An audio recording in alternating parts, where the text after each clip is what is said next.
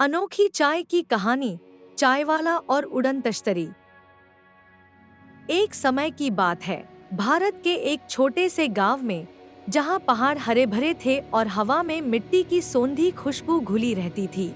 वहां एक अनोखा चायवाला रहता था। उसका नाम था राजू। राजू की चाय सिर्फ चाय नहीं थी, वह एक जादू थी।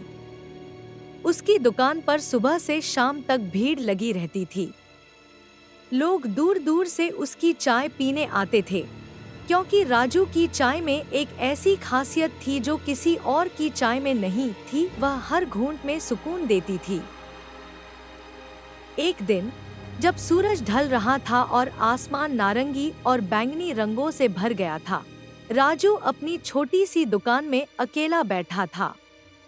तभी एक अजीब सी चीज आसमान में दिखाई दी। वह एक उड़न तश्तरी थी, चमकती हुई, रंग बिरंगी रोशनी वाली, जो धीरे धीरे नीचे उतर रही थी और सीधे राजू की दुकान के सामने आकर रुक गई। राजू डर गया, लेकिन उसका डर उत्सुकता में बदल गया जब उड़न तश्तरी का दरवाजा खुला और उसमें से एक छोटा हरा प्राणी बाहर निकला। उसकी आंखें बड़ी और काली थी और उसके कान नुकीले थे। वह धीरे धीरे राजू की तरफ बढ़ा और एक अजीब सी भाषा में कुछ बुदबुदाया। राजू को कुछ समझ नहीं आया, लेकिन उसने देखा कि वह प्राणी उसकी चाय की दुकान को बहुत ध्यान से देख रहा था। राजू ने सोचा, क्यों न इसे अपनी चाय पिलाई जाए। उसने एक कप में अपनी खास मसाला चाय बनाई और उस हरे प्राणी को दी। हरे प्राणी ने संकोच करते हुए कप लिया और एक घूंट पिया। जैसे ही चाय उसके गले से उतरी, उसकी बड़ी बड़ी आंखों में चमक आ गई। उसने एक और घूंट लिया और फिर एक और। कुछ ही देर में उसने पूरा कप खाली कर दिया। फिर कुछ अद्भुत हुआ।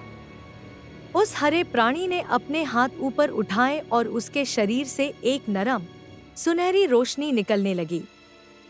वह रोशनी राजू की दुकान पर फैली और राजू ने महसूस किया कि दुकान की हर चीज, यहाँ तक कि हवा भी, एक अजीब सी शांति से भर गई है। हरे प्राणी ने अपनी अजीब भाषा में फिर कुछ कहा, लेकिन इस बार राजू को कुछ कुछ समझ आया। ऐसा लगा जैसे वह कह रहा था, तुम्हारी चाय में ब्रह्मांड का सुकून है। हमने कभी ऐसा स्वाद अनुभव नहीं किया। धन्यवाद, पृथ्वीवासी। यह कहकर वह हरा प्राणी वापस उड़न तश्तरी में चला गया। उड़न तश्तरी धीरे धीरे आसमान में उठी और कुछ ही पलों में तारों के बीच गायब हो गई। राजू हैरान था।